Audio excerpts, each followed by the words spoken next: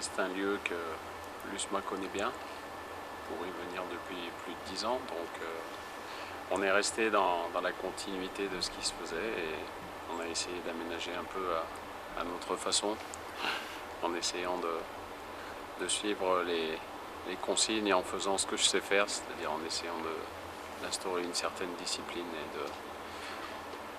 et de foncer tout droit vers un grand professionnalisme.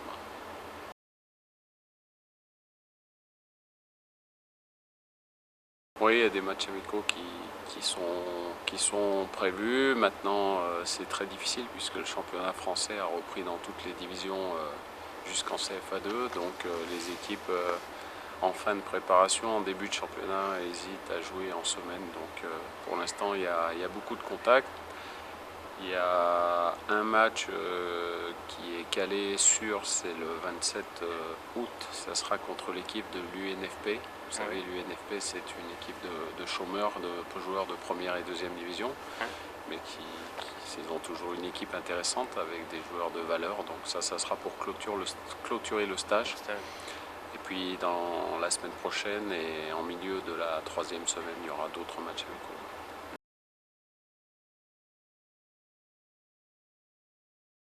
Moi, j'aimerais ne pas descendre en dessous du national, c'est-à-dire la troisième division française. Donc voilà, maintenant, les équipes joueront peut-être avec quelques joueurs de leur effectif numéro 1 et puis quelques remplaçants. Voilà, ça sera certainement pas les équipes titulaires, mais peu importe, il faudra jouer.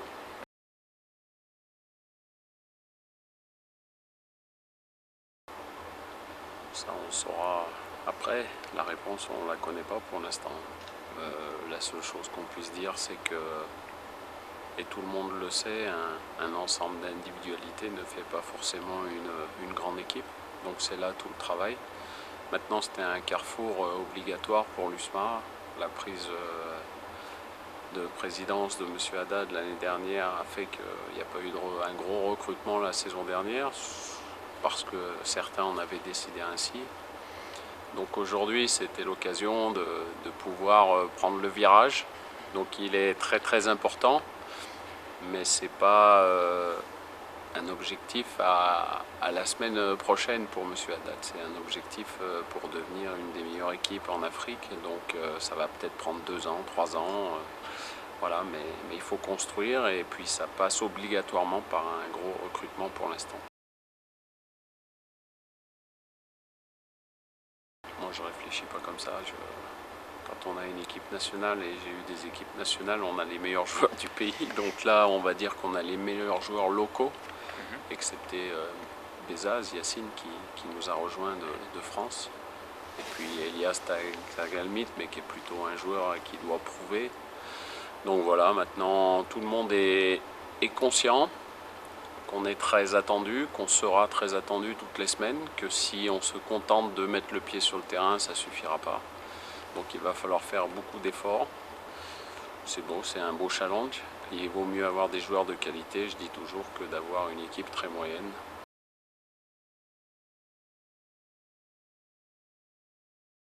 Je pense qu'on n'a pas le droit de ne pas finir dans les 2 premiers pour le prochain championnat, c'est-à-dire se qualifier pour la Champions League en Afrique. Voilà, je pense que c'est l'objectif et maintenant tout le monde rêve du titre, donc il faut s'en rapprocher le plus près possible, mais surtout ne pas finir au-delà de la 2e place.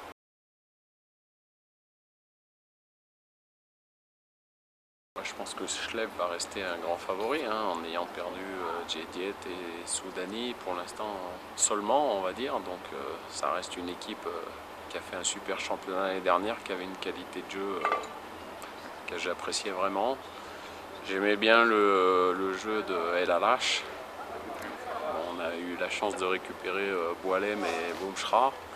Je pense que c'est une équipe qui sera encore là. Et puis après, la JSK, je pense, a fait un recrutement honorable. Il y aura le Mouloudia, certainement. Il y aura les adversaires qui sont là. Il y aura Béjaïa qui a toujours une équipe assez solide. Donc j'en ai peut-être oublié un, le Sétif.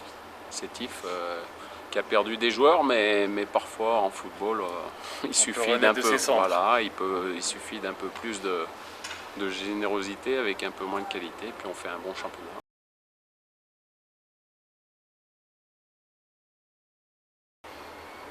Bon, on était déjà 8 équipes à jouer le maintien, donc c'était énorme. Annaba, qui a souvent été 8-9e du championnat, a été relégué chez nous, bon, le dernier match. Je pense qu'il y a des choses que beaucoup de personnes savent qui se passent dans les dernières journées du championnat algérien.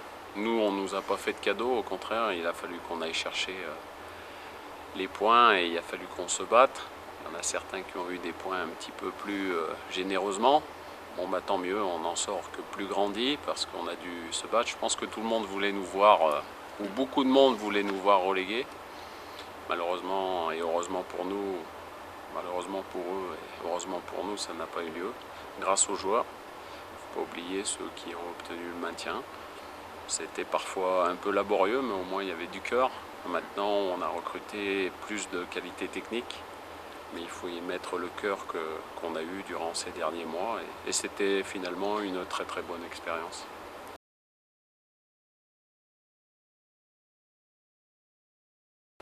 Aucune. Il n'y en a pas. Mais il n'y en a pas. Moi, je suis là. Si M. Haddad est toujours président du club et s'il me maintient, je serai avec l'USMA. Maintenant, je pense qu'il n'y a que lui qui est capable de me faire rester en Algérie parce qu'il a une vision déjà de la discipline, du professionnalisme qui est tout autre que ce qui se fait dans ce pays. Maintenant, chacun est libre de faire ce qu'il a envie, mais moi, je peux travailler que de cette façon. Donc, je suis ravi et très heureux de travailler avec un président comme ça.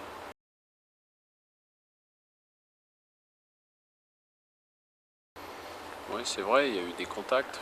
Bon, je pense que tout le monde le sait maintenant, j'ai une clause, et je l'ai bien fait mentionner quand je suis arrivé à l'USMA. La seule clause, c'est de pouvoir partir pour une équipe nationale, et rien que pour une équipe nationale. Voilà, maintenant, vous savez, je ne suis pas le seul sur les listes de ces sélections, et l'heureux élu sera très heureux. Pour l'instant, il n'y a rien. Vous êtes en négociation avec les Égyptiens ou... Non, mais on m'a entendu. J'ai quelqu'un qui s'est occupé de moi parce qu'on m'a sollicité. C'est pas moi qui ai tapé à la porte. Voilà, on a dit on est intéressé par le profil d'Hervé Renard. Maintenant, on verra. J'en ai parlé au président, donc il est au courant. Tout est clair. Voilà, donc ça fait partie du football. Le football en 2011, il est un peu différent de ce qui se faisait avant. Donc,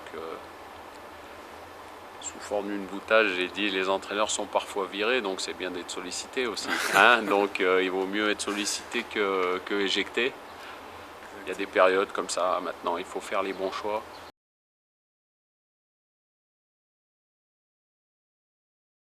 Je suis tenté par un jour revenir avec une équipe nationale, ouais, donc on verra. Algérienne?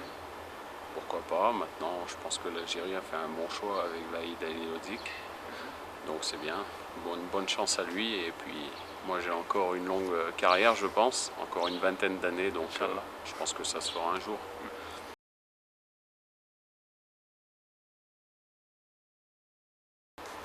Ouais, ça a été c'est difficile après une qualification pour une Coupe du Monde.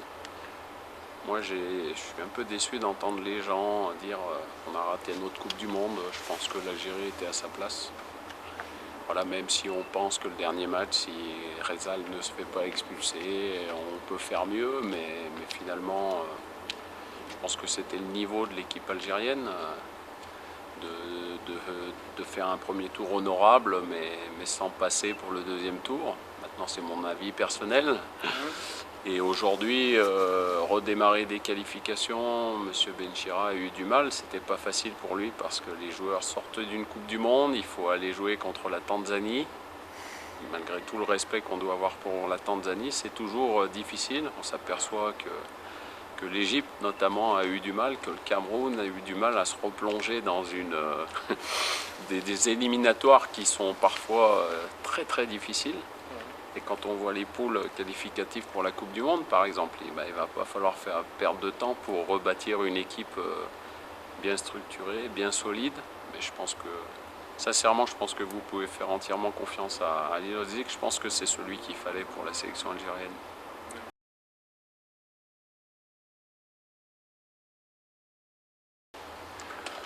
Si un jour j'ai pas de travail et que je suis sollicité là-bas, je pense que j'irai.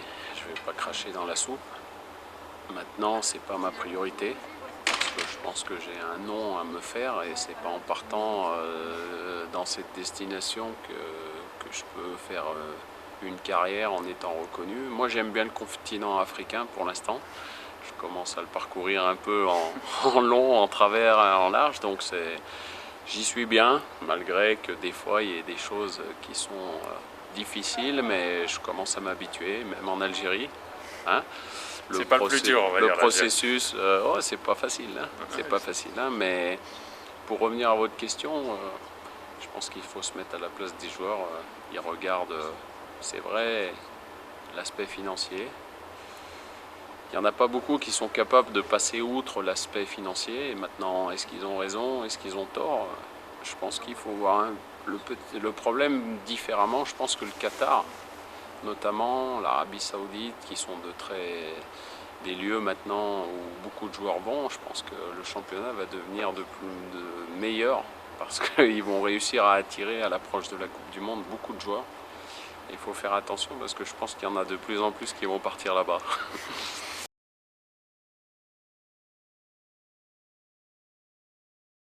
Je pense que c'est inévitable. Hein. Vous savez, les Chinois sont arrivés à Everton, les Qataris sont arrivés dans certains clubs anglais, un mécène tchétchène est arrivé à Neuchâtel, un mécène qatari est arrivé en Espagne, à Malaga. Vous avez vu le recrutement, donc il y a tellement de problèmes financiers en Europe, il n'y a plus beaucoup d'hommes très puissants capables de racheter des clubs ou des grandes sociétés, donc c'est inévitable. C'est peut-être regrettable, mais c'est la mondialisation et il faut l'accepter. On ne peut pas faire grand-chose contre ça.